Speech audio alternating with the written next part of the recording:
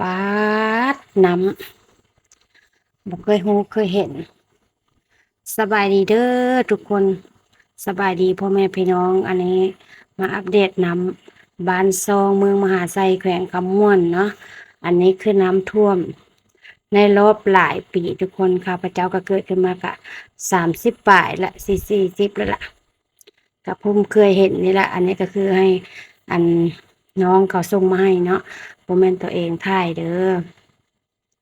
อันนี้มันอาจจะลดลงแน่น้อยหนึ่งทุกคน อาจจะประมาณวันที่9ที่10นี่แหละทายเนาะมันลดลงแล้ว แต่ที่จริงน้ำประมาณวันที่6ที่7น่ะมันสูงกว่านี้ทุกคนระดับน้ำนะบ่เคยรู้เคยเห็นบ่เคยท่วมหลายปานนี้จักเทื่อบ้านค่อยเป็นบ้านหนึ่งที่น้ำท่วมแต่ก็บ่หลายปานนี้เนาะบ้านใดน้ำท่วมแน่เนาะทุกคนปีนี้คือโหดแฮงหายแฮงขนาดน้ำจน บ่ฮู้สิเว้าสิว่าเนาะทุกคนเนาะอันนี้คือบ้านซองเมืองมหาไซทางเข้าบ้านก็คือบ่ฮู้บ่เห็นแล้วทุกคนท่วมหนักสุดเลยปีนี้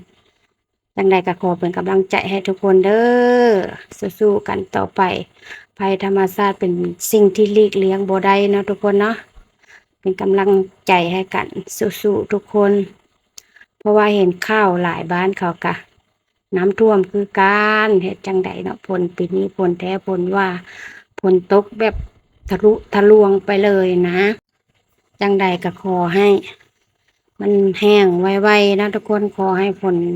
เซาตกให้น้ำแห้งลดลงไวๆเข้าน้ำซ้ำปะคือปีนี้คือ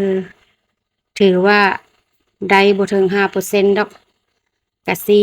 จังใดก็สู้กันนั่นแหละทุกคนเอ้ยเฮ็ดจังใดเนาะ น้ำแท้น้ำว่ามันลดลงเนี่ยแหละทุกคนบ้านไผ่นักคือบ้านคอยเนี่ยเนาะฝากเป็นกำลังใจในเด้อ